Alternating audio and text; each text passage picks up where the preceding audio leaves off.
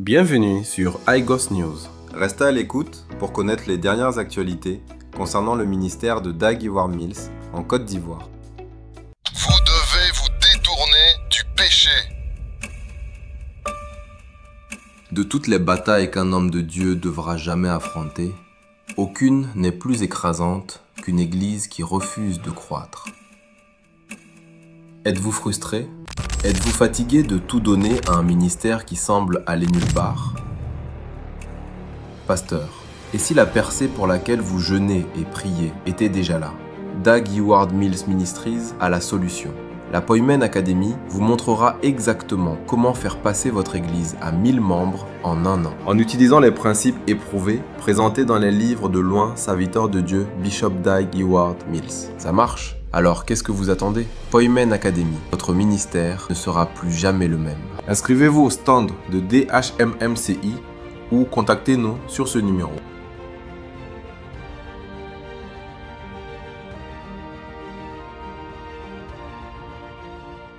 Avez-vous un ministère ? Souhaitez-vous le faire passer au niveau supérieur ? La mission est claire, l'enjeu est éternel et le temps presse. L'ennemi compte sur vous pour que vous restiez dans l'ombre. La mission compte sur vous pour que vous vous éleviez. Rejoignez dès aujourd'hui la Professional Pastors Academy. Le plus beau chapitre de votre ministère commence maintenant. L'efficacité d'un grand ministère dépend entièrement de la qualité de l'aide dont il bénéficie. En tant qu'administratrice, êtes-vous son soutien ? Ou en tant qu'épouse, êtes-vous sa source de paix ? Vous arrive-t-il de vous sentir démunie face au poids de la vision ? Ne vous inquiétez pas. L'Académie Poimana est là pour vous apporter une solution. Ce n'est pas seulement un programme, c'est un mouvement. Poimana est un espace dédié, créé exclusivement pour équiper les femmes qui constituent la colonne vertébrale de tout grand ministère. Les épouses, les secrétaires, les administratrices et les assistantes. Nous vous équipons pour organiser, nous vous équipons pour communiquer, nous vous équipons pour que vous soyez son plus grand atout. Inscrivez-vous dès aujourd'hui à la Poimana Academy et apprenez à servir avec excellence, stratégie et force spirituelle. There's power here, là-bas. Look, let la puissance de Dieu qui est présente t'injecter avec énergie. Dieu va te dans ton donner cœur. encore. Renew. Ville après ville, pays après pays, le message reste le même. Les conférences de Walk of the Ministry parcourent la Côte d'Ivoire et au-delà. Chaque membre, chaque siège, chaque croyant appelé à être un ouvrier du royaume. Comment pourrais-je comprendre si quelqu'un ne me guide pas ? Tout comme Philippe a guidé l'Éthiopien, Work of the Ministry donne à chaque église les moyens de servir grâce aux ouvrages du loin serviteur de Dieu, Bishop Dag Heward-Mills. Car la moisson est abondante, les champs sont prêts et le royaume ne peut attendre. La conférence de Work of the Ministry. Restez à l'écoute, restez prêts. Votre ville est la prochaine. En ce moment même, quelque part dans le monde, un pasteur est en train de lire un livre et son église ne sera plus jamais la même. Un leader tourne une page et une vision prend forme. Tel est l'héritage de loin serviteur de Dieu, Bishop Dag Heward-Mills. Les livres ne voyagent pas seuls. Le révérend Benny Dag Hanan transporte les livres de son père dans les églises de Côte d'Ivoire, à travers l'Afrique, à travers le monde. Et il ne peut pas le faire seul. Rejoignez le club 231. Devenez un pilier d'impact mondial. Votre partenariat alimente la mission. Chaque église touchée, chaque vie transformée, ce que votre soutien rend possible. Rejoignez le club 231 dès aujourd'hui.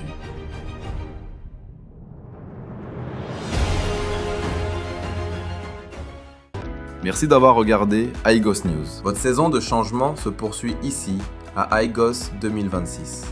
Que Dieu vous bénisse.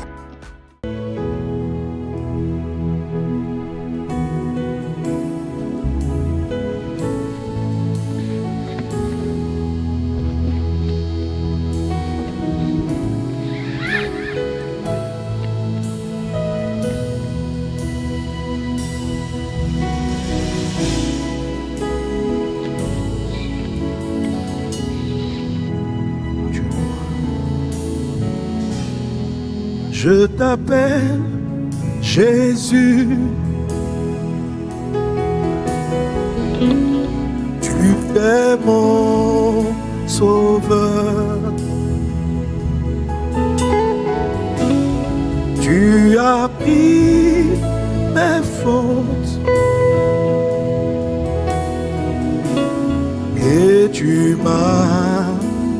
sauvé. Disons ensemble, je t'appelle Jésus. Je t'appelle Jésus. Tu es mon sauveur. Tu es mon sauveur. Tu as pris mes fautes. Tu as pris mes fautes. Et tu m'as sauvé. Et tu m'as sauvé. Je t'appelle Jésus. Je t'appelle Jésus. Tu es mon berger. Tu es mon berger. Tu es mon berger. Tu conduis mes pas. Tu conduis mes pas. Dans de verts pâturages. Dans de verts pâturages. Je t'appelle Jésus. Je t'appelle Jésus. Tu es mon Seigneur. Tu es mon Seigneur. Tu es mon Seigneur. Ma vie t'appartient. Ma vie t'appartient. Et je suis à toi. Et je suis à toi.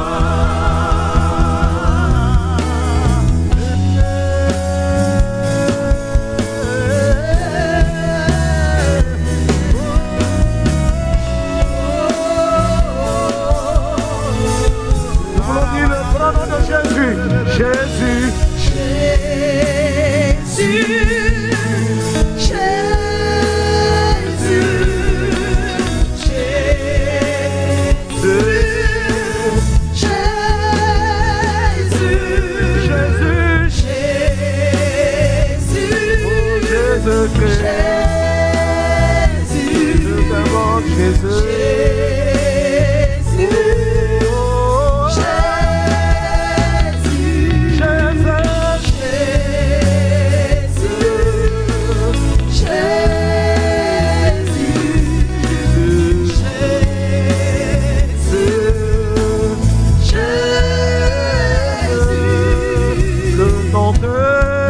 Jésus-Christ a brisé toutes les chaînes. Au nom de Jésus-Christ, les vies sont changées. Par ton nom, Jésus-Christ, j'ai accès à la gloire de Dieu. Par tes œuvres, Jésus, par ta force, Jésus, quelle merveille, non, tout le monde déclare. Jésus, t'adorons. Jésus, nous t'élevons. Jésus, nous te glorifions.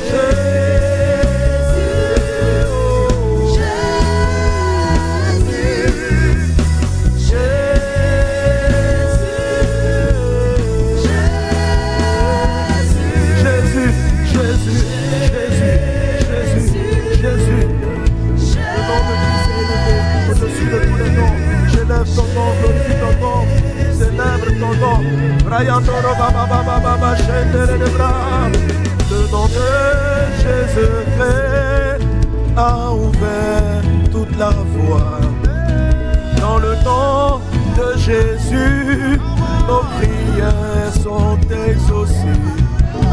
Consacré par Dieu. Là, c'est pas toi qui t'es consacré. Mais une fois que tu es conscient de ce que le Créateur a décidé de faire de toi, tu vois, ce qu'il a fait de toi, ça te donne une attitude, ça te donne un comportement. Ta vie chrétienne, tu vois les choses différemment. Si je sais que je suis propre, j'évite de me salir. Si je pense que je suis sale, je n'ai pas peur de me salir davantage. Les gens ne se sanctifient pas parce qu'ils ne savent pas qu'ils sont saints. C'est-à-dire que quand on dit les saints là, eux ils voient d'autres personnes. Ils n'ont jamais, Satan arrive à faire en sorte que tu t'es jamais vu comme il te voit. Tu ne te vois pas comme il te voit. Il y a 3 niveaux de consécration. La première, c'est ce que Dieu a fait de toi. Il a fait de toi un roi, une reine, et puis un prêtre. Le côté prêtrise, c'est le sacerdoce. C'est-à-dire, il a fait de chacun d'entre nous des personnes qui mènent le sacerdoce, l'œuvre de l'église, évangéliser, gagner des âmes. C'est 2 choses différentes. Prêtre et puis roi. Roi là, c'est influencer un domaine. C'est devenir celui qui va donner les lois et les règles dans un domaine. Quelqu'un dit avec moi? Quelqu'un dit avec moi? Quand tu es quelqu'un qui règne, il ne s'agit pas de prendre un pouvoir, d'être dans un pays. Il ne s'agit pas d'être... les rois ne sont pas forcément des chefs d'État comme on les connaît. Parce que l'État, dans la parole de Dieu, dans l'enseignement que je vous ai donné hier, ce que Dieu appelle nation, ce n'est pas toujours le pays. Tu es roi parce qu'il y a un domaine où les gens parlent un langage qu'on appelait un ethnos. Où dans ce domaine-là, tu dois briller. Et les inconvertis qui sont dans ce domaine, ceux qui sont dans les ténèbres, en regardant ta lumière, vont prendre le chemin du ciel. Dieu t'a choisi comme roi et t'a choisi comme prêtre. La plupart des chrétiens comprennent le côté de la prêtrise, mais ils n'arrivent pas à accepter le côté royal. Jésus a fait de nous des rois, on dit non. Or, la prêtrise ne travaille qu'avec ceux qui veulent se repentir et se convertir. Je ne sais pas si vous comprenez. Or, la royauté influence même les non convertis. Pour venir rencontrer un prêtre, il faut que toi-même tu aies envie de chercher Dieu. Tant que l'église va pas, les chrétiens ne vont pas réaliser ce à quoi Dieu nous a prédestiné, ça veut dire que ce qu'il a connu d'avance. Tant qu'on ne va pas dire j'accepte ça, que tu m'as destiné à quelque chose qui me dépasse. Je suis né dans une famille pauvre, mes parents n'ont pas l'argent, mais Jésus aussi, quand il est né, ses parents n'avaient pas l'argent. Mais les mages ont vu une étoile. On dit que c'est un roi. L'étoile les a conduits devant une étape. Mais ils n'ont pas repoussé le chemin en disant s'il est né avec les moutons, c'est qu'il n'est pas roi. Non. Ils n'ont pas dit nous nous sommes trompés. Nous nous sommes trompés. Dieu ne s'est pas trompé. Tu es né dans une famille pauvre, tes parents t'ont rejeté, tu as été abandonné, tu n'as même pas fait l'école. Mais avant que tu ne naisses, Dieu te connaissait d'avance. Il t'avait consacré à régner.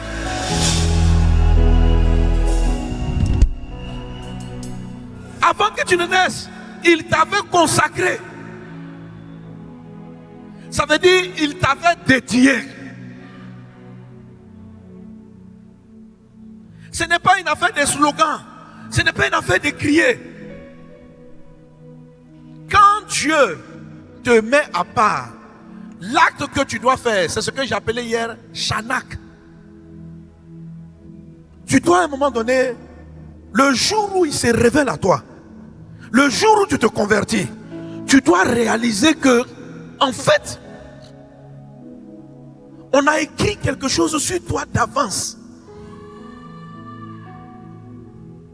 Et qu'on t'a placé roi, tu n'as encore rien fait. Vous savez, lorsque l'ange apparaît à Gédéon, il appelle héros, vaillant héros. Gédéon n'a gagné aucune guerre. Mais Dieu l'avait déjà consacré, avant sa naissance, à être le libérateur d'Israël.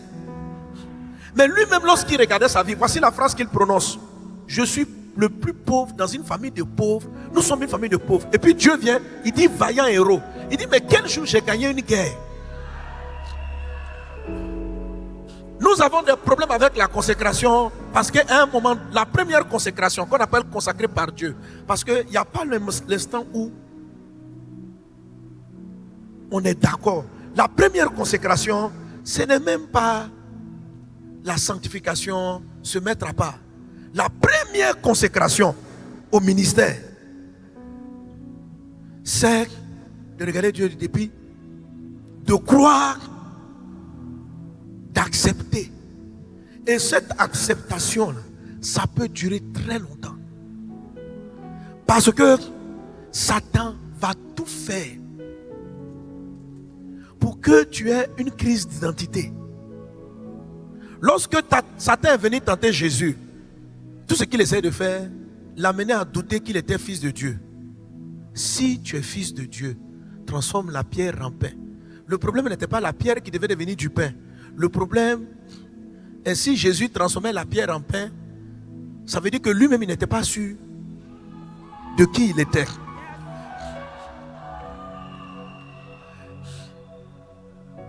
Donc, je ne peux pas. Shanak. Shanak, ça veut dire consacré. Je ne peux pas me dédier à Dieu si je ne réalise pas ce à quoi il m'a destiné. C'est-à-dire, si je n'accepte pas ça, je ne pourrai même pas faire le deuxième niveau de consécration. Tu ne pourras pas bien te consacrer à Dieu. Quand tu vas commettre l'impudicité, tu vas dire, tu ne m'as pas encore délivré du péché. En fait, tu seras en train de faire des luttes. Vous savez, quand un prince sait qu'il est prince, son éducation est très facile. Il sait pourquoi il doit marcher droit. Il sait pourquoi on ne doit pas le retrouver dans des boîtes de nuit. Les enfants de la reine d'Angleterre, là, quand ils font des bêtises, ça veut dire en fait, il y a une conscience de leur rôle et ça donne une manière de se comporter. Quand tu arrives, même leur manière de s'asseoir.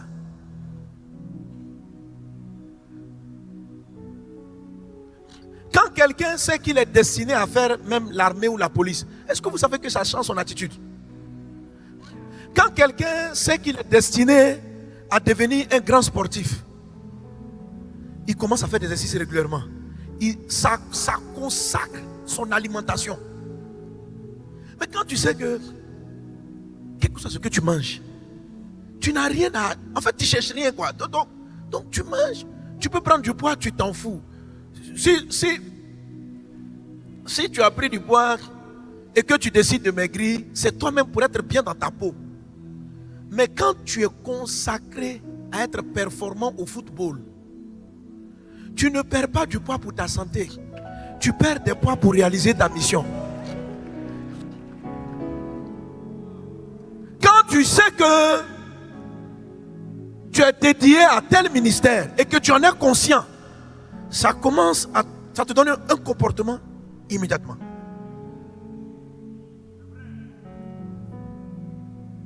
Tu as une attitude.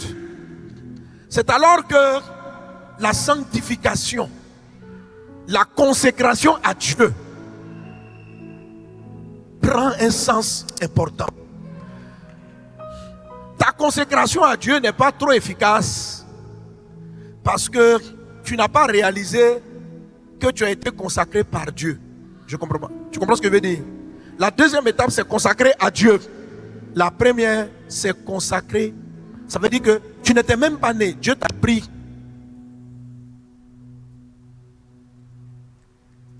Il dit, avant que tu ne sois formé dans le sein de ta maman, je te connaissais. Quelqu'un m'a dit, mais pasteur, est-ce que moi, Dieu me connaissait? Je te dis que Dieu te connaissait.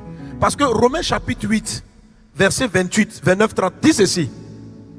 Donne-moi le texte. Ceux qu'il a connus d'avance,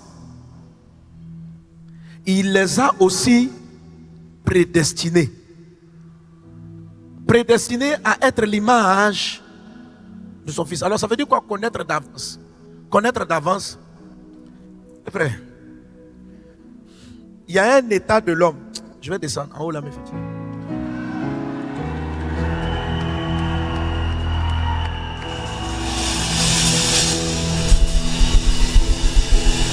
Alléluia. Voilà. Tu es une sainte. Tu n'étais même pas né que Dieu t'avait déjà consacré à être saint. Tu es un saint.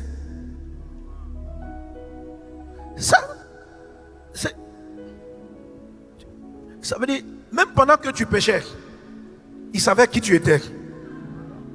On ne change pas la consécration que Dieu a faite. C'est indéniable sur ta vie. Ce sur quoi tu vas influencer, c'est toi, ta consécration à Dieu. Mais il sera très difficile pour toi de te consacrer à Dieu si tu ne réalises pas ce qu'il a fait de toi quand tu n'étais même pas sorti.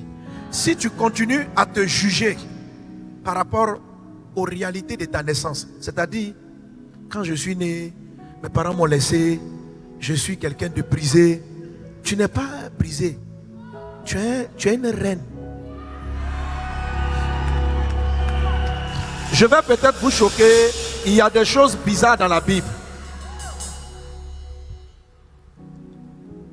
Il y a des choses bizarres dans la Bible. Il est fort probable que on existe avant d'entrer dans le ventre de notre maman. Mais le jour où on est sur la terre, tout est effacé. C'est fort probable. C'est fort probable. Tu es quelqu'un de sélectionné, mais tu ne sais pas. C'est fort probable. C'est comme s'il y a des gens que Dieu connaît, et puis il y en a que tu ne connais pas. Il dit à des gens, je ne vous ai jamais connus. Mais les allez le connaître où? Il dit, avant que tu sois formé dans le sein de ta maman, je te connaissais. Je t'avais établi. Donc, c'est comme s'il y a un environnement où Dieu et nous, on parle. Et puis, il nous établit. Et puis, lorsqu'on arrive sur la terre, dans le ventre, tout est effacé. Et c'est comme s'il y a des choses qui se passent là-bas. Il y a des choses qui se passent. Jean chapitre 9. Jésus rencontre quelqu'un. Dieu ne rend pas les gens malades. La Bible dit que Dieu ne tente personne. Mais l'homme est tenté par le mal et c'est le diable qui rend malade. Jésus rencontre un aveugle de naissance. Les apôtres lui posent une question étrange. Ils lui disent, qui a péché? Cet homme ou ses parents, pour qu'il soit né aveugle?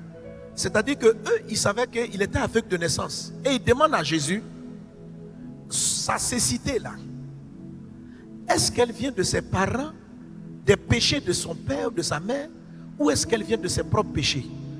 Bon, si ça vient des péchés de ses parents, on comprend. Mais si c'est ses péchés, il a péché quand? Quelle est cette question étrange? Attends, donne-moi le texte à l'écran. Quelle est cette question? Parce qu'ils ont dit à Jésus, il y a deux possibilités. Quelqu'un qui naît aveugle, c'est que peut-être ses parents ont fait du mal.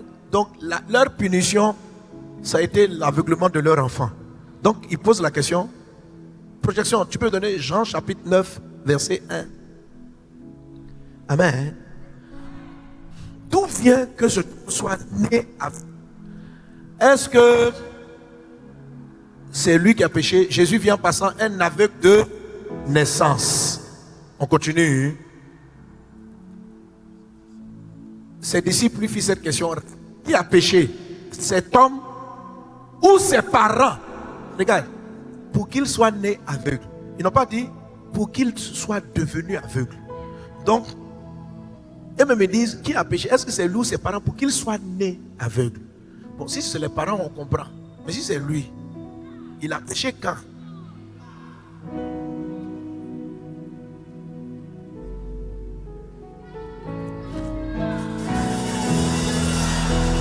Alléluia. Hein? Je ne vais pas trop aller là-bas. Ça peut être compliqué, ça va t'embrouiller. Mais maintenant, ce qu'il a révélé, c'est que ce jeune homme, ce monsieur aveugle a été attaqué avant même sa naissance. C'est que Jésus révèle. Jésus dit, ce n'est pas que lui ou ses parents aient péché, mais c'est afin que les œuvres de Dieu soit manifesté.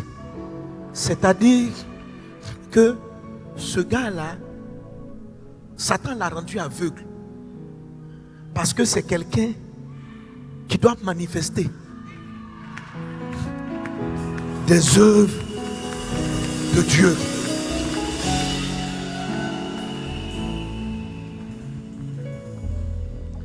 Quand vous avez été choisi, il y a certains dont Satan est conscient de qui ils seront. Je ne sais pas comment il a appris que ce gars-là allait être un instrument entre les mains de Dieu. Mais ce qui est sûr, il a rendu aveugle. Donc, ce n'était pas dû à ses erreurs, ni aux erreurs de ses parents. Mais c'est parce que Dieu avait un plan au travers de lui. Écoute, d'où vient que depuis que tu es né, tu souffres de drépano?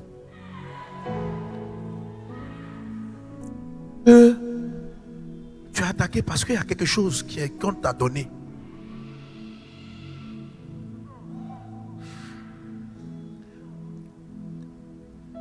Dès que Satan, ça veut dire ce monsieur est une étoile. Ce monsieur était une étoile. Dès que les mages ont vu l'étoile, Hérode n'avait pas vu. Mais quand Hérode a été informé, Hérode est devenu fou. Ils disent, qu'est-ce que vous avez vu? Il dit, on a vu l'étoile d'un roi. Hérode dit, allez le chercher où il est. Moi aussi je veux l'adorer. Mais je crois que Dieu ne voulait pas qu'Hérode voie l'étoile.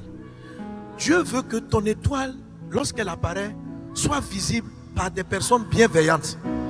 Parce que si ton étoile apparaît aux gens méchants, ils vont tenter de te tuer.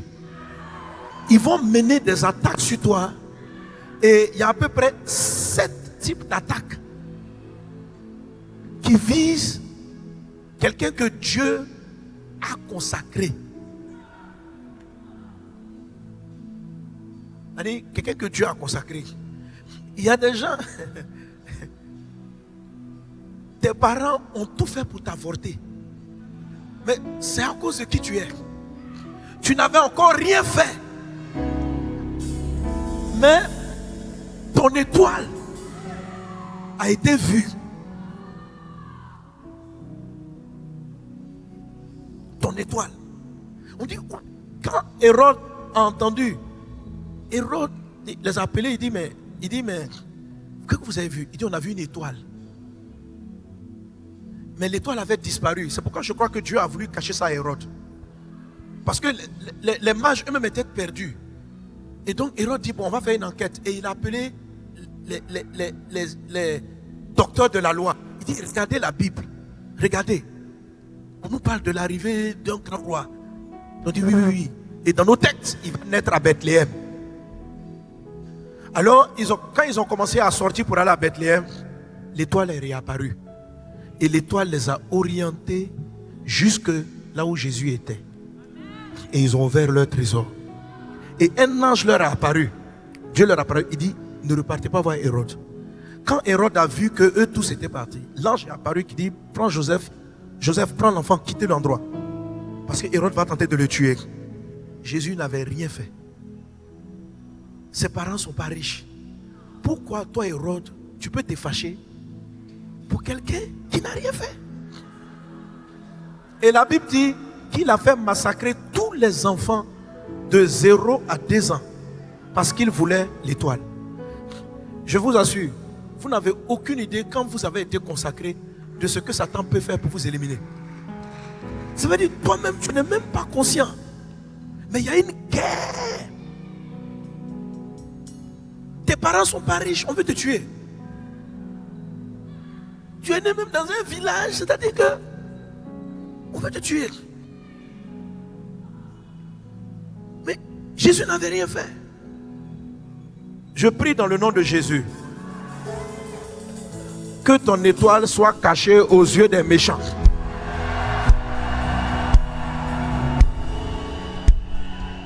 Et que ton étoile soit vue par ceux qui doivent la voir pour t'amener les ressources. Dans le monde, il y a les mages. Ça veut dire que des gens que Dieu a préparés pour, entre guillemets, sponsoriser. Les mages là, ils ne sont pas venus avec 3 morceaux d'or. Ils sont venus avec des caisses d'or. C'est-à-dire que papa Joseph, maman Marie, le jour entre quand ils sont repartis, ils étaient devenus riches. Lorsqu'ils sont rentrés en Égypte, ce n'était pas une famille qui cherchait un mangeoire pour dormir. C'était une famille riche,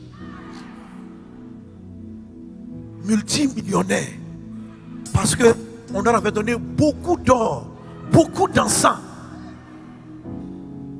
Lorsque vous êtes une étoile, Dieu envoie des choses qu'il a préparées d'avance. Les païens même pour ouvrir des portes.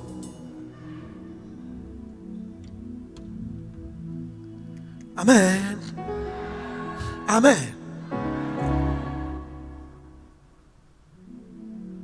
Moi, ma maman m'a dit que quand j'allais naître, elle a été fortement tentée. Parce que elle est dans une période difficile où elle n'avait pas d'argent. C'était dur pour mes parents. Et dans cette période-là, elle a eu la grossesse. Elle a pleuré. Pourquoi elle est enceinte? Et plus les jours avançaient, plus elle dit, mais l'enfant là, il risque de naître dans quoi? C'est mieux que j'avorte. Tu vois? Je n'avais rien fait. Je n'avais rien fait. Il a déjà été vaincu. Mais toi qui es là, tu es un survivant. Est-ce que tu sais qui tu es? Est-ce que tu sais? Ce que tu as échappé, parce que tu es une étoile. Mais si tu ne le réalises pas, si tu ne fais pas ta consécration Shanak, le diable va finir par te tuer. Parce qu'au moment où tu deviens propriétaire de ta vie, tu ne la lui donnes pas. Shanak, c'est la consécration où tu dis, toi tu m'as mis à part, je te donne ce qui est à toi. Je ne m'appartiens plus. Vous savez, je vous ai dit qu'on a un problème avec les étoiles. Les chrétiens sont attaqués financièrement, matériellement. Tu souffres parce que tu n'es pas consacré. Mais quelle consécration? C'est-à-dire en fait, c'est ce que Samson n'a pas fait. Dieu l'avait mis à part. Il n'était même pas né. Dieu a appelé sa maman. Il dit, je vais vous te donner un enfant. Il va délivrer Israël. Il faut l'appeler Samson. Il est né. Ses parents lui expliquent. Mais lui-même, il n'accepte pas. Sa vie était à lui. Sa vie n'était pas à Dieu. Il a peut-être fait des œuvres dont Dieu s'est servi. Mais il ne s'est jamais considéré comme étant la propriété de Dieu.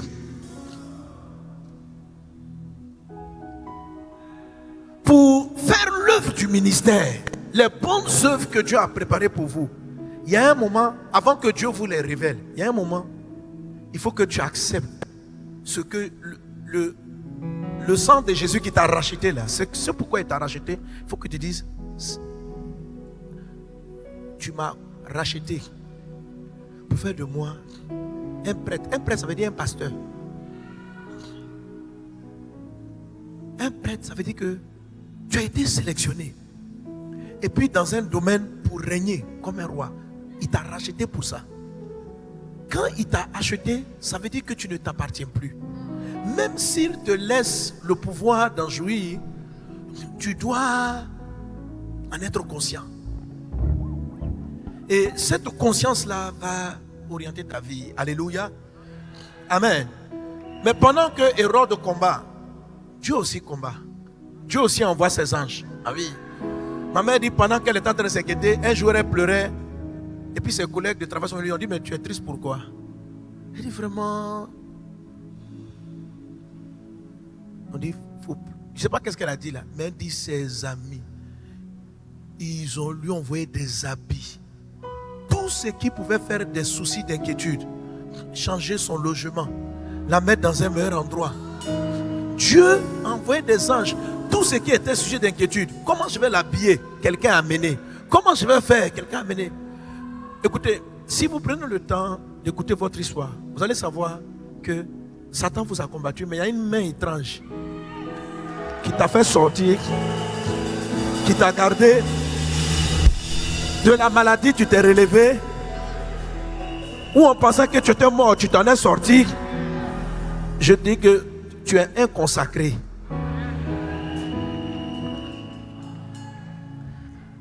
Est-ce que tu me suis?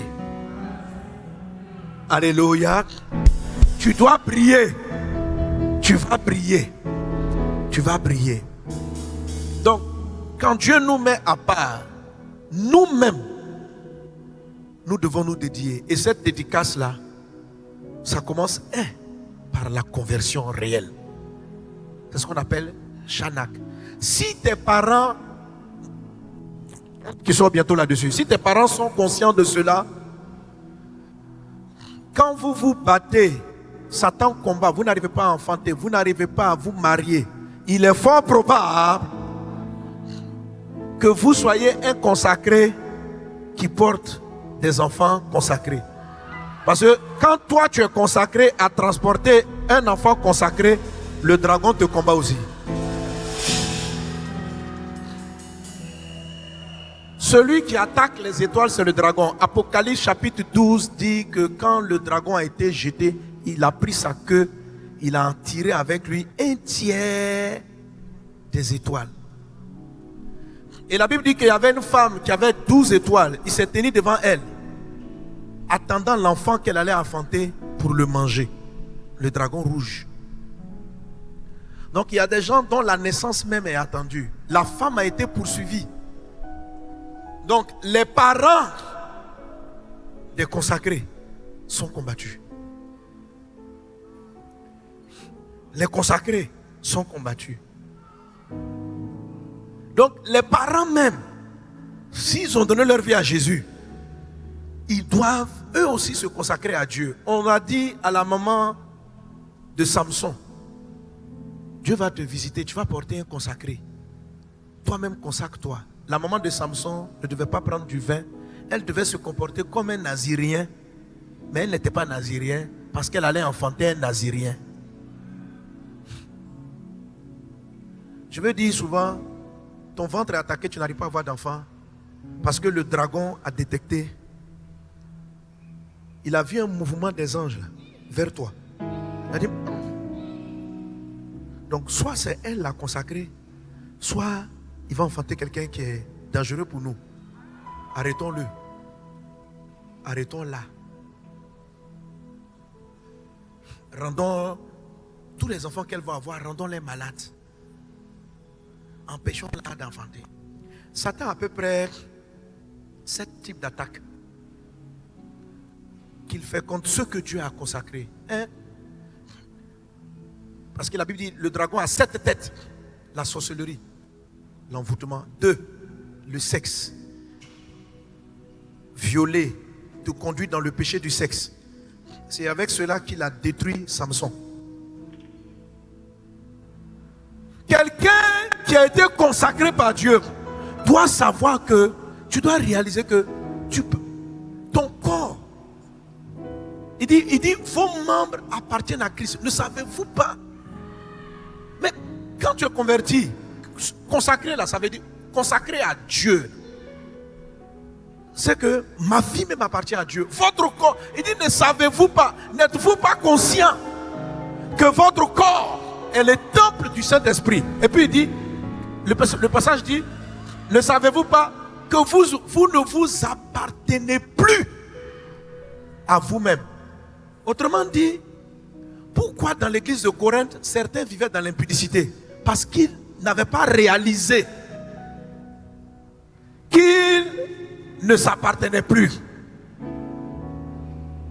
Quand tu es consacré par Dieu, en fait, tu ne t'appartiens pas. Mais toi-même, tu dois réaliser que je suis la propriété. Donc, Je ne peux pas prendre ce corps pour faire ce que je veux. Il a un propriétaire. Quelqu'un est-il avec moi? Amen. Donc, la tête du dragon attaque avec le péché du sexe. Certains sont violés, abusés. J'ai une de mes filles, pendant que j'enseignais là-dessus, qui est venue m'expliquer comment elle est née, lorsque sa maman, elle n'a pas connu son père. À 11 ans. Allô, ok. À 11 ans, on l'a donné en mariage. En Côte d'Ivoire ici. Vers Danané. On l'a donné en mariage à un monsieur. Tellement les parents étaient pauvres. Donc le monsieur, pour aller avec elle, l'a violée. Et on lui a donné en mariage dans un autre village. Et un jour, pendant qu'elle était dans cette maison, je dirais comme esclave sexuelle, une de ses grandes sœurs qui la connaissait dans son premier village a dit: mais toi tu fais quoi ici? Elle dit: elle ne sait pas comment on va faire. Et les deux ont monté un coup et elle a fait échapper. Mais ce n'était pas un ange. Ils sont arrivés à Danané ou bien à Amman, j'ai oublié. C'était à Amman. Ils sont arrivés à Amman. Et sa camarade du village lui dit, sa grande soeur lui dit: tu vas faire comme moi je fais. Où tu vois je suis là, je me prostitue. Faut te prostituer. La jeune fille dit: elle ne peut pas. Et elle est partie au marché. Elle a dormi dehors. La nuit où elle a dormi, j'oublie, je crois 7 jeunes l'ont violée. Par peur d'être violée, elle est repartie chez sa grande sœur. Et elle a commencé à rentrer. Elle est devenue prostituée. Dans sa prostitution, une autre dame est venue d'Abidjan, lui dit: mais tu es belle, tout ça. Je peux te faire réussir à Abidjan. Donc elle a amené Abidjan dans les bars de luxe pour se prostituer. Mais en elle-même, elle sentait que ce n'était pas sa vie. Elle n'a pas connu son père. Mais elle sentait qu'il y avait quelque chose. Et plus sa vie s'enfonçait, un jour elle a décidé qu'elle va se suicider. Elle est entrée dans la drogue, dans la cigarette, dans toutes sortes de dépravations. Et un jour elle a décidé de mettre fin à ses jours.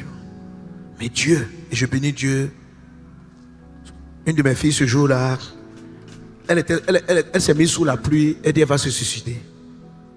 Et puis Dieu a touché une de mes filles qui lui a dit: tu vois la dame qui est sous la pluie, arrête-toi, prends-la avec toi. Donc elle a attrapé la mise et elle a commencé à lui parler du Seigneur.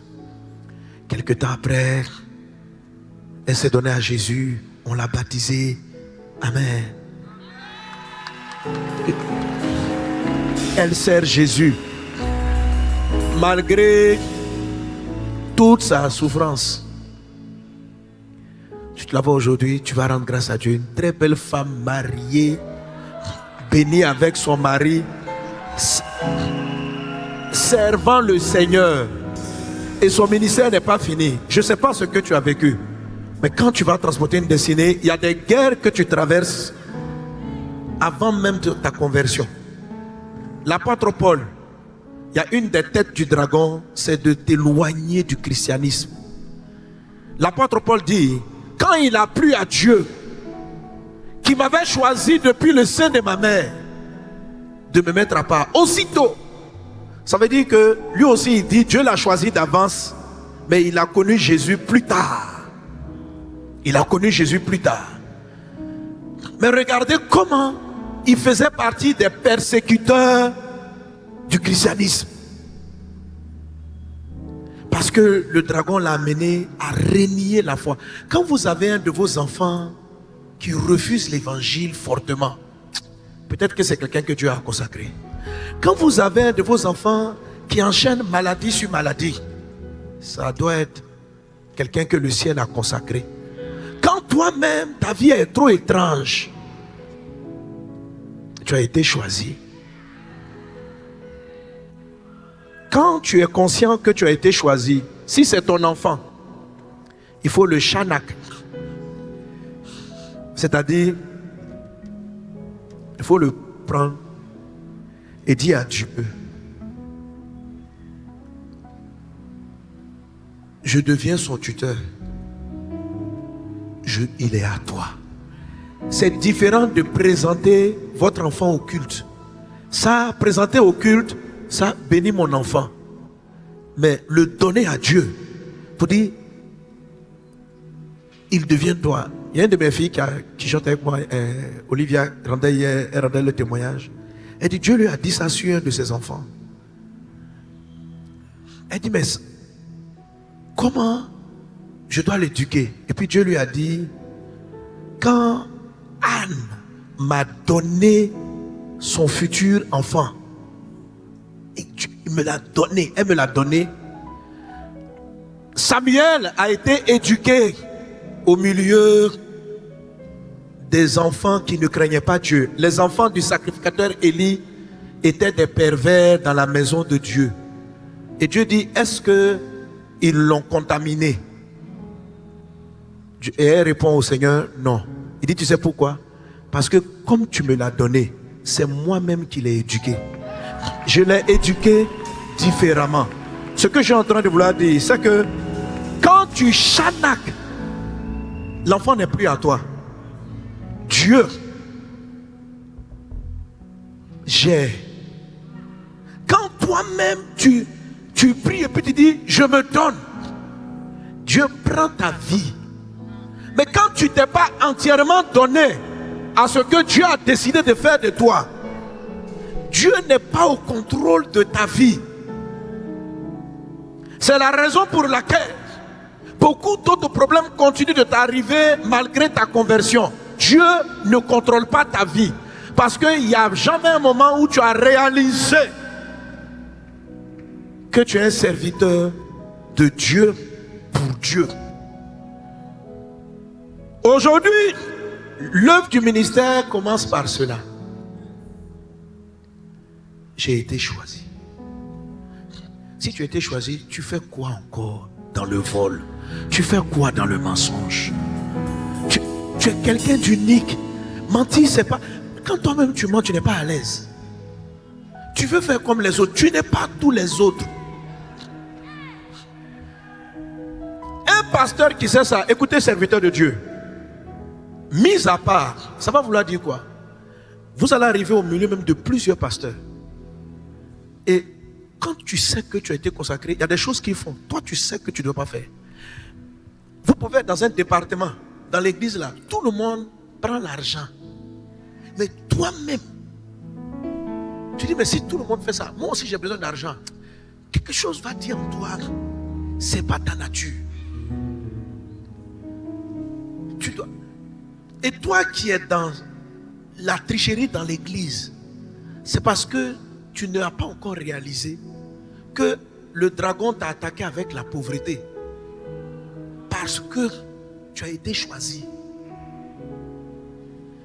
Et qu'il continuera de te rendre pauvre jusqu'au jour où tu vas t'asseoir et puis dire, ma vie n'est plus à moi. Je te la donne. Maintenant, sois le propriétaire. C'est-à-dire que quand tu vas t'arriver, puis tu vas commencer à faire une causerie, il va te dire, n'utilise pas ma bouche pour critiquer.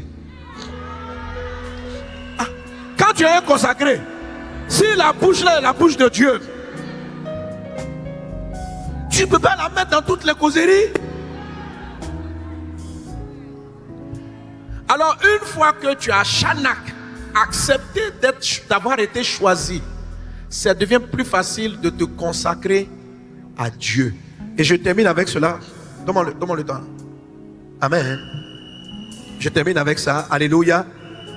Quelqu'un donne un bon amen. Qui est béni? Amen. Mon dernier passage. On va lire Romains chapitre 8, verset 28. Je suis en train de montrer maintenant comment tu vas trouver la direction des œuvres que tu dois faire. Première étape, me donner vraiment à Dieu. C'est-à-dire, je réalise que je ne m'appartiens plus. Si tu en es conscient et tu le dis dans une prière, si jusqu'à aujourd'hui tu es arrivé et tu étais un chrétien qui t'appartenait à toi-même, fais cette prière de consécration pour dire jusqu'à, je n'avais pas réalisé que tu m'avais consacré. Écoute, toi, tu ne peux pas t'enrichir parce que tu fais tes affaires. Celui qui fait les affaires qui réussissent là, ce sont ses affaires. Toi-même, tu es l'affaire de Dieu. Oui, même t'investir, tu lui demandes la permission. Est-ce que je peux utiliser l'intelligence que tu m'as donnée, le corps qui est à toi, pour faire ce projet? Tu es mis à part. Il ne s'agit pas d'être là de savoir, il y a un projet qui donne de l'argent, il y a un projet qui n'en donne. Amen. Alléluia. Dieu m'a mis à part. Le jour où je lui ai donné ma vie, parce que je crois que moi je suis comme l'apôtre Paul. Dès que j'ai entendu Jésus, que je me suis converti, j'étais entier. Je me suis donné 100%. Donc mon chanak n'a pas été très long. Vous comprenez ce que c'est chanak, non? Donc je sentais très vite. Comme mes parents étaient musulmans, je ne savais pas, j'étais interdit d'aller à l'église, donc je ne comprenais pas trop la Bible. Donc un jour je suis en classe, et puis moi aussi j'inventais, j'étais converti, ça faisait peut-être un mois. Je dis, n'est-il pas écrit, aide-toi, le ciel t'aidera? Ce n'est pas versé. Et j'ai triché. Il y a une soeur, il y a une fille qui m'a regardé, elle dit, c'est pas toi qui es devenu chrétien il y a quelques jours? Je dis oui. Elle dit, mais un chrétien, un fils de Dieu, triche. Quand elle m'a dit, je suis devenu triste, je suis rentré à la maison. Je dis, mais comment? Ce que je faisais naturellement, un mois avant, je venais de réaliser que si tous mes camarades trichaient, je n'étais pas tous mes camarades. J'ai été choisi. Tu as été choisi. J'ai commencé à voir dans l'église qu'il y en a qui commettaient impudicité. Un jour j'étais assis, j'ai surpris un pasteur en train de faire des choses bizarres. J'ai dit, les pasteurs font ça aussi. Tu dis, tu ne connais pas sa consécration. Mais toi, tu es choisi. Tu es choisi. Et j'ai commencé à voir la différence que c'est ceux qui sont conscients qu'ils ont été choisis, qu'ils sont des saints, qui se comportent sainement.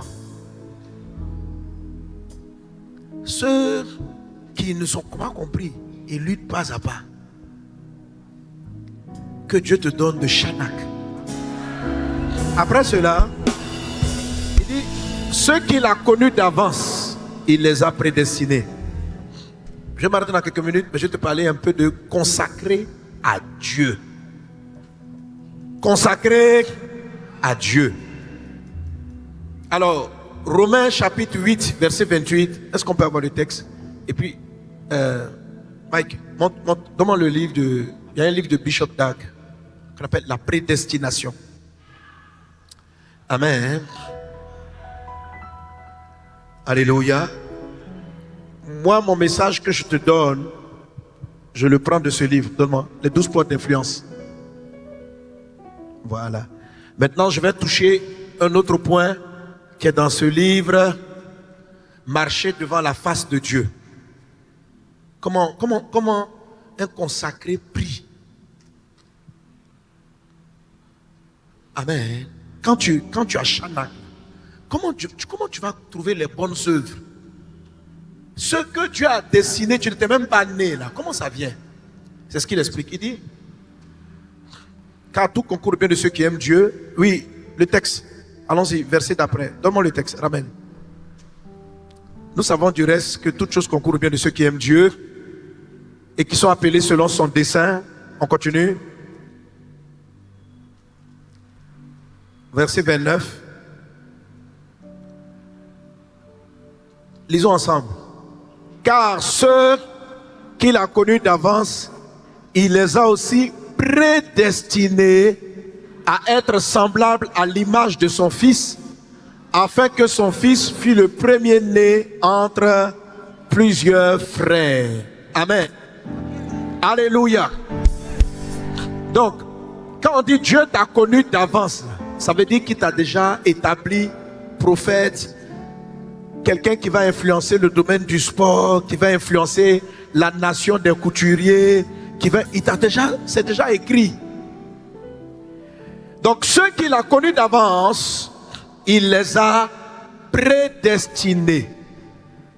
La prédestinée, c'est ce qui précède ta destinée. Ta destinée, c'est de devenir, par exemple, je donne mon cas,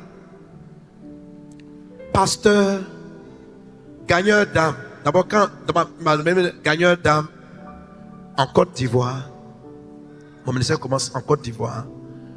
Parce que quand Jésus commence, il dit, où est le roi des Juifs? Donc, le ministère de Jésus, son premier domaine où il allait illuminer le monde, c'était au niveau du monde juif, avant de passer au monde extérieur. Donc, moi, je commençais en Côte d'Ivoire. Donc, le dragon a tout fait pour que je quitte très vite la Côte d'Ivoire. Je voulais aller vivre au Canada. J'ai fait beaucoup de papiers, mais Dieu, comme ma vie ne m'appartenait plus, malgré que j'ai la nationalité française, Dieu a bloqué mes papiers. Parce que je n'étais pas choisi pour briller au Canada. Je devais commencer à illuminer en Côte d'Ivoire. Quand votre vie ne vous appartient plus, vous êtes surpris de voir la manière dont Dieu bloque et puis ouvre des portes. Mais tu sens qu'il t'arrête. Et il m'a arrêté. Parce que ça commençait ici. Ça commençait à Marcory, pas loin d'ici. C'est là-bas que j'allais commencer à briller. Donc, amen. Quand Dieu t'a connu, il ne t'envoie pas directement dans ta destinée. Il fait d'abord ta prédestinée. Ça veut dire l'école primaire de ta destinée, préscolaire. Prédestinée. Maintenant, la prédestinée là, c'est ce que tu fais qui va t'amener à la destinée. Qu'est-ce que tu dois faire? Il dit, ceux qu'il a connus d'avance, donne-moi le texte, il les a prédestinés à être l'image de son Fils. Amen. Donc, consacré à Dieu. Dis avec moi, je veux me consacrer à Dieu. Consacrer à Dieu, c'est se concentrer et faire tout pour copier Jésus. Je reprends. Quand Dieu t'a connu d'avance, il te prédestine à être l'image du Christ. Donc, ne cherchez pas d'abord quel est votre ministère à l'église. Tout ce que vous devez vous consacrer à faire, c'est ressembler à Jésus. Est-ce que tu es calme comme Jésus? Est-ce que tu pries comme Jésus? Est-ce que tu parles comme Jésus? Donc, la première étape, la deuxième étape de la consécration d'un chrétien consiste à se consacrer à la vie de Jésus. Jésus faisait quoi? Jésus priait. Consécration, il faut être un homme, une femme de prière. Jésus faisait quoi? Le Bénidag a prêché la Bible. Lorsqu'il était jeune, il était dans la maison, il partait écouter. Ta prédestinée consiste à t'asseoir à l'église et à écouter les enseignements pour être à l'image de Christ. C'est quoi se consacrer à Dieu? Se consacrer à Dieu, c'est se consacrer à être et faire comme Jésus. Être comme Jésus, se consacrer à aimer comme Jésus. Être comme Jésus, se consacrer à la sainteté comme Jésus. Le ministère d'un chrétien commence là. En partant écouter la parole de Dieu au temple, Jésus a dit, je suis en train de faire l'œuvre de mon Père. L'œuvre du Père. Tu ne fais pas l'œuvre du Père parce que quand les gens enseignent au culte, toi tu ne t'assois pas. Tu es en train de nettoyer les salles partout. Écoutez, pourquoi beaucoup de chrétiens ne trouvent pas leur destinée? Parce qu'ils sont des chrétiens martes. Quand l'enseignement commence, quand les prédicateurs commencent, c'est maintenant que eux, ils ont des choses à faire. Vous me suivez? Une des meilleures façons de Satan d'attaquer ceux qui veulent se consacrer à Dieu, c'est la distraction. Il t'empêche d'être concentré. Le bon ministère, quelqu'un qui va bien régner pour Dieu, il a une étape dans sa vie où il se prédestine à copier Jésus. Amen. Jésus allait au temple, il est au temple. Jésus évangélise, tu évangélises. Jésus fait du bien, tu fais du bien. Jésus pardonne, tu pardonnes. Donc quand tu ne pardonnes pas, tu dis, est-ce que ça ressemble à Jésus? Non. Saint-Esprit, aide-moi à pardonner comme Jésus. C'est ça l'œuvre du ministère. L'œuvre du ministère commence là. L'œuvre du ministère, Jésus allait de lieu en lieu prêchant la bonne nouvelle. N'attends pas qu'on t'appelle évangéliste. Lève-toi, va de lieu en lieu, parcours les rues, parle de Jésus autour de toi. Amen. La Bible dit aussi que Jésus était soumis à tes parents. Si dans la période de ta consécration à Dieu, tu vas à l'école, sois un bon élève. Apprends à être excellent dans tes études. Hier, je vous ai dit, c'est quoi consacrer pour Dieu? C'est tout faire pour Dieu. Commence à aller à l'école pour Dieu. Commence à être brillant en classe pour Dieu. Demande le Saint-Esprit dans tes études afin que tes études soient un témoignage de Dieu. Une vie équilibrée. Que pour le moment là, tu es un enfant chez tes parents. Est-ce que quand ils te voient, tes parents ont envie de se convertir? Tu es tout le temps à l'église, tu faut être tout le temps à l'église, mais tu n'as jamais le temps de la maison. Amen. Le jour où j'ai commencé à évangéliser ma famille je suis toujours à l'église. Et puis je m'occupe aussi de la maison. C'est là que mes frères ont commencé à se tourner vers le Christ. Toute votre vie, consacrez-vous au ministère. Le ministère commence par imiter Jésus. C'est ce qu'on appelle prédestiné à être comme Christ. Quand tu te prédestines, la Bible dit ceux qu'il a prédestinés, il les a aussi appelés. Donc quand Dieu voit que tu es dans cet élan, il va te dire où est-ce qu'il t'a choisi à régner. Il va t'appeler. C'est la consécration qu'on appelle Kaléo. Il va venir te dire, je t'appelle à témoigner de moi dans tel endroit. Depuis longtemps, je t'ai placé comme Premier ministre. Et quand tu arrives à ce poste, tu illumines ton cabinet, les gens se tournent vers Jésus. Là maintenant, tu es en train d'entrer dans ta consécration pour Dieu. Mais pour pouvoir savoir ce dans quoi Dieu veut que tu le glorifies, tu dois d'abord te consacrer à être comme Jésus. C'est ce qu'on appelle la consécration à Dieu et ce qu'on appelle aussi l'œuvre du ministère. Amen. Tu vas marcher dans la crainte, dans l'amour, dans la sainteté. Tu vas trébucher, tu vas te relever, tu vas apprendre. Tu vas te développer et à un moment donné, tu seras surpris de voir comment est-ce qu'il va te conduire à illuminer le monde de la grâce qu'il a déposée en toi avant que le monde fût. Soyez bénis au nom de Jésus. Amen. Alors, donc ici, dans cet ouvrage, je t'explique comment tu retrouves ce domaine. Donc mon message sur la destination, la prédestination est dans ce livre. Et j'ai vu le Bishop Dag a écrit sur la prédestination. Amen. Très puissant ouvrage. Devenir l'image de Christ. Cet ouvrage, ça s'appelle, la Bible dit que nous tous qui contemplons Jésus, nous commençons à lui ressembler de gloire en gloire. Donc dans ce livre, je t'explique comment on contemple Jésus. Amen. Alléluia. Dans ma prochaine intervention, c'est pas encore certain, mais si je dois intervenir, alléluia. Alléluia. Je vais t'expliquer comment, quand on est consacré à Dieu, à ressembler à Jésus, tu seras surpris de voir les domaines où Dieu va amener l'onction.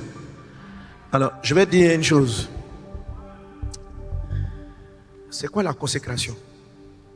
La consécration, quand vous copiez Jésus, là, vous commencez à créer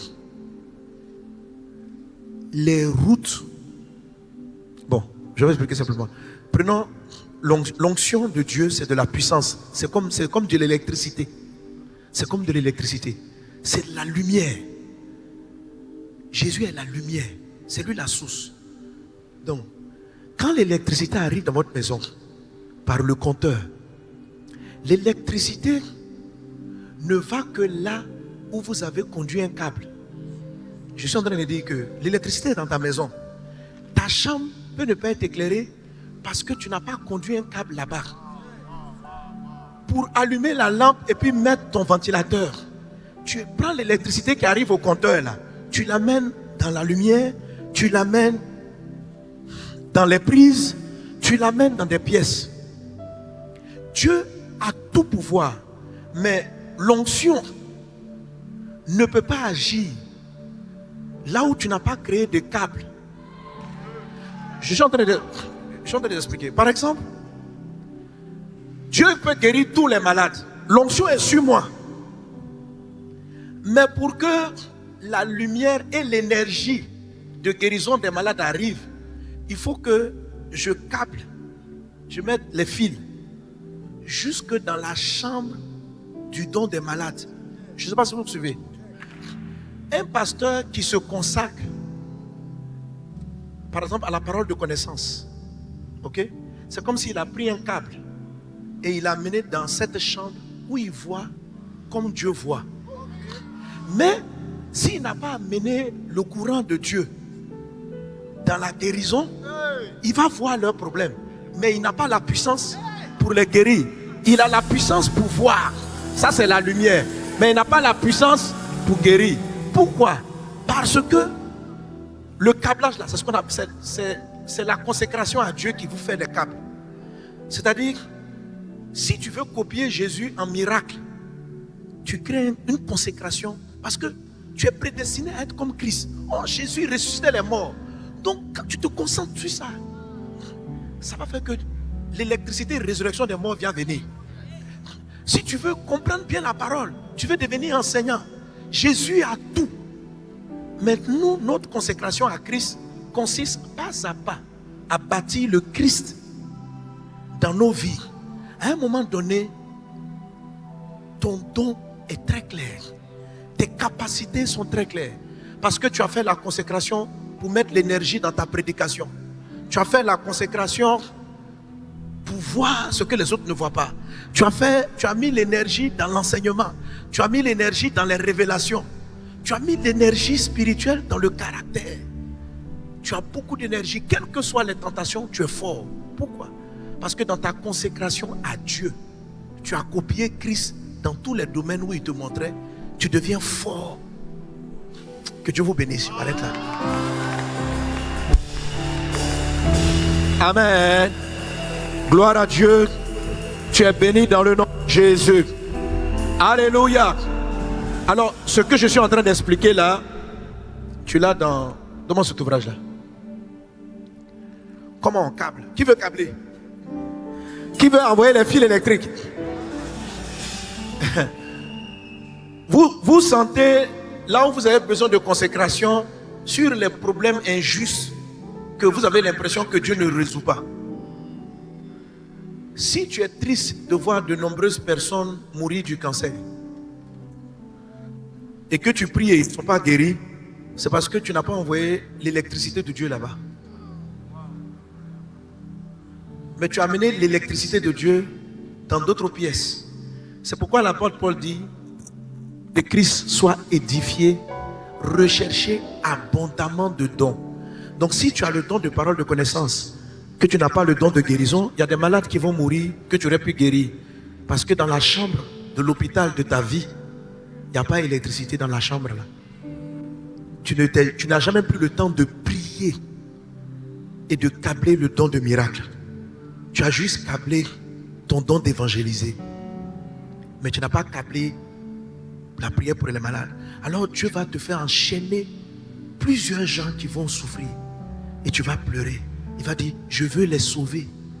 Mais est-ce que tu peux te consacrer pour que je descende là-bas? Je ne veux pas voir tes frères partir comme ça. Mais qui va me donner la place? La consécration, c'est créer la route pour que Jésus rentre là où il n'était pas. C'est comme ça qu'on devient des ministres de Dieu. Et ça, j'en parle ici. Dans activer l'onction fraîche.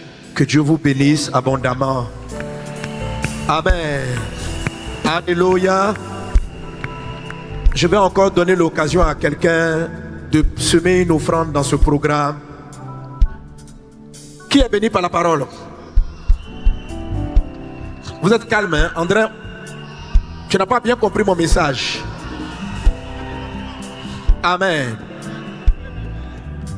Prions, demandons à Dieu, Seigneur, donne-nous de dire oui à notre appel.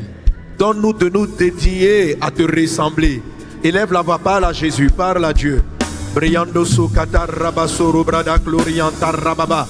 Rebrasoro brada glorianto roda babache. Rai katariando rodobusi katalababo. Frede brada soro brada katarababa. Au nom de Jésus, au nom de Jésus. Merci Seigneur pour tes bienfaits. Au nom de Jésus. Amen. Amen. Est-ce qu'on est béni par cette conférence? Alléluia. Reste, demeure dans la parole. Ta vie va aller de gloire en gloire. Et tu vas servir Dieu de manière efficace. Quand Dieu fait couler l'eau dans un environnement, on doit apprendre à être reconnaissant et à semer dans le programme. Celui qui donne un verre d'eau à un prophète en sa qualité de prophète reçoit la récompense, partage la récompense du prophète. Il ne s'agit pas de faire une offrande dans un homme, mais dans l'onction, dans la grâce qui est dans un environnement qui est sur des personnes. Amen. Je veux donner l'occasion à quelqu'un qui veut dire merci à Dieu pour l'enseignement qu'il reçoit et qu'il va recevoir. Et de participer à l'organisation de tout cela. Amen. Parce que pour que tu sois béni, pour que ces enseignements soient là, on a le Papa Bishop Da qui va venir. Toutes ces choses-là, ce sont des charges. Et donner un verre d'eau, c'est participer à désaltérer, à alléger la charge en disant, Révérend Bénéda, avec eux seuls ils vont investir et moi je vais venir profiter seulement. Je sais que tu as déjà fait des dons, mais tu peux encore faire plus. Amen. Je vais donner l'occasion à quelqu'un qui veut semer de venir prendre une enveloppe de 100 000 francs dans ma main. Viens prendre l'enveloppe. Tu veux donner 100 000 francs et plus. Viens prendre une enveloppe de ma mère. Tu veux semer dans ce programme 100 000 francs et plus.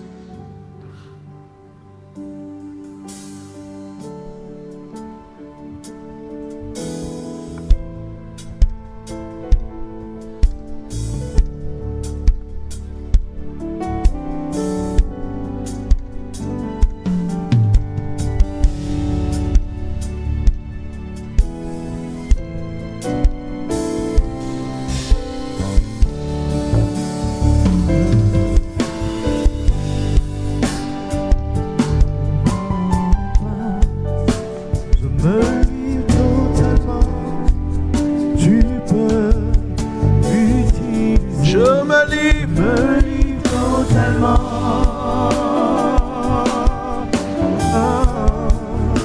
Je me livre totalement. Tu peux m'utiliser. Amen. Tu veux apporter ton verre d'eau, tu veux dire merci à Dieu pour cette parole. Et faire une offrande de 50 000, entre 50 et 100 000. Viens prendre l'enveloppe de ma main. Entre 50 et 100 000. Brianda Sakata Rabasuru Bradakla. Ta vie est entre tes mains. Je veux voir tes désirs. Faut pas hésiter. Tu as cette somme, tu veux l'amener au Seigneur. Viens prendre l'enveloppe, viens prendre l'enveloppe. Tu veux apporter une enveloppe de 20 000 francs. 20 000 francs, entre 20 000 et 50 000. Viens rapidement, viens rapidement. Fais ton offrande au Seigneur.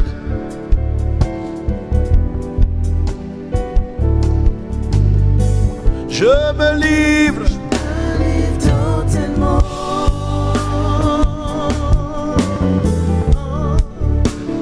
me livre totalement. Tu peux m'utiliser. En fait, pourquoi est-ce qu'on dit de venir prendre les enveloppes dans la main? C'est comme un acte de transfert. Amen. Quelque chose que tu as touché. Que Dieu te bénisse. Briando Sokata. Je suis à 20 000 francs toujours.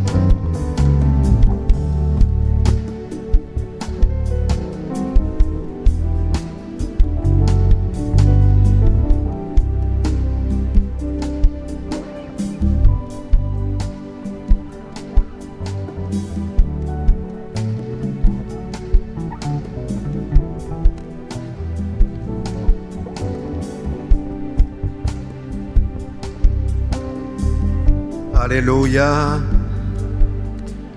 Tu veux dire, pasteur, je veux participer, mais je veux semer pour 10 000 francs.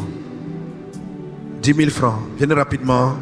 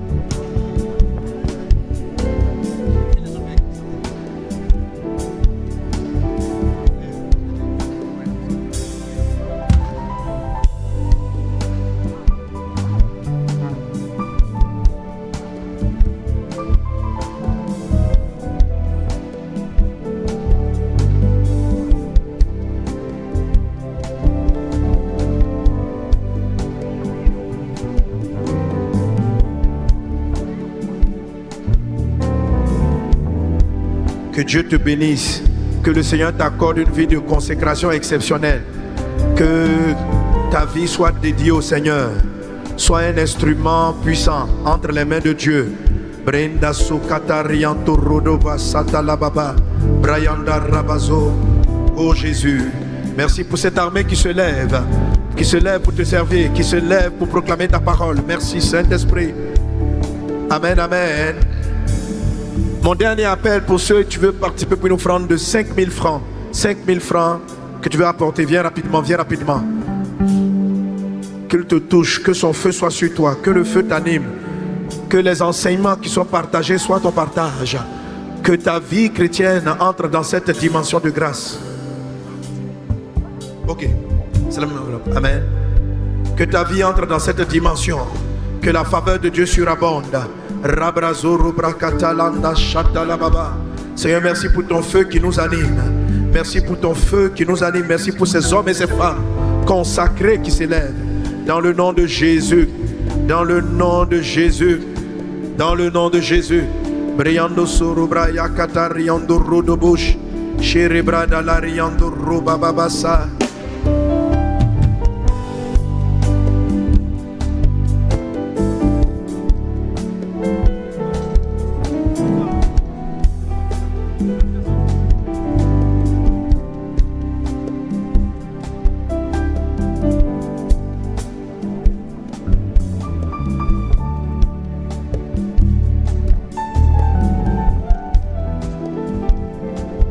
Bienvenue sur iGos News. Restez à l'écoute pour connaître les dernières actualités concernant le ministère de Dag Heward-Mills en Côte d'Ivoire. Vous devez vous détourner du péché.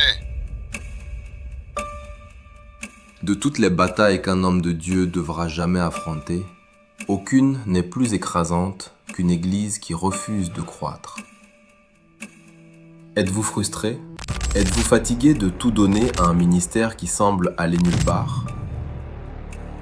Pasteur, et si la percée pour laquelle vous jeûnez et priez était déjà là ? Dag Heward-Mills Ministries a la solution.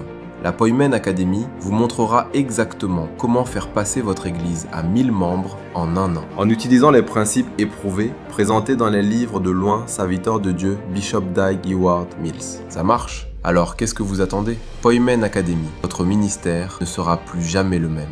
Inscrivez-vous au stand de DHMMCI ou contactez-nous sur ce numéro.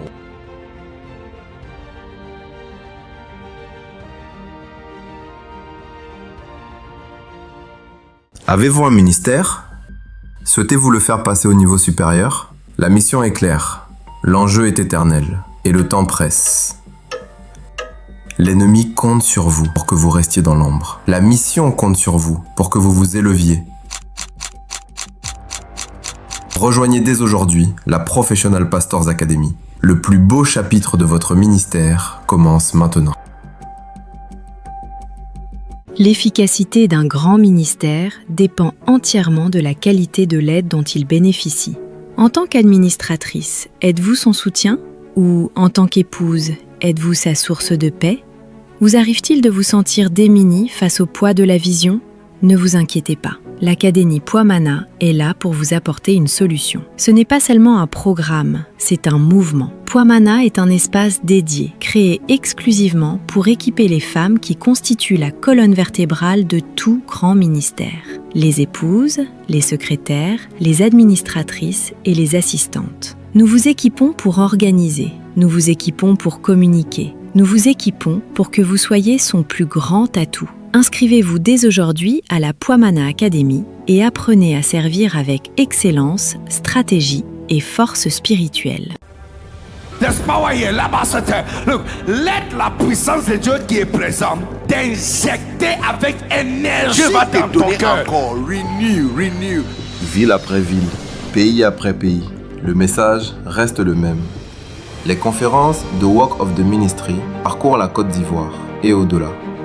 Chaque membre, chaque siège, chaque croyant appelé à être un ouvrier du royaume. Comment pourrais-je comprendre si quelqu'un ne me guide pas ? Tout comme Philippe a guidé l'Éthiopien, Work of the Ministry donne à chaque église les moyens de servir grâce aux ouvrages du loin serviteur de Dieu, Bishop Dag Heward-Mills. Car la moisson est abondante, les champs sont prêts et le royaume ne peut attendre. La conférence de Work of the Ministry. Restez à l'écoute, restez prêts. Votre ville est la prochaine. En ce moment même, quelque part dans le monde, un pasteur est en train de lire un livre et son église ne sera plus jamais la même. Un leader tourne une page et une vision prend forme. Tel est l'héritage de loin serviteur de Dieu, Bishop Dag Heward-Mills. Les livres ne voyagent pas seuls. Le révérend Benny Dag Hanan transporte les livres de son père dans les églises de Côte d'Ivoire, à travers l'Afrique, à travers le monde. Et il ne peut pas le faire seul. Rejoignez le Club 231. Devenez un pilier d'impact mondial. Votre partenariat alimente la mission. Chaque église touchée, chaque vie transformée, ce que votre soutien rend possible. Rejoignez le Club 231 dès aujourd'hui.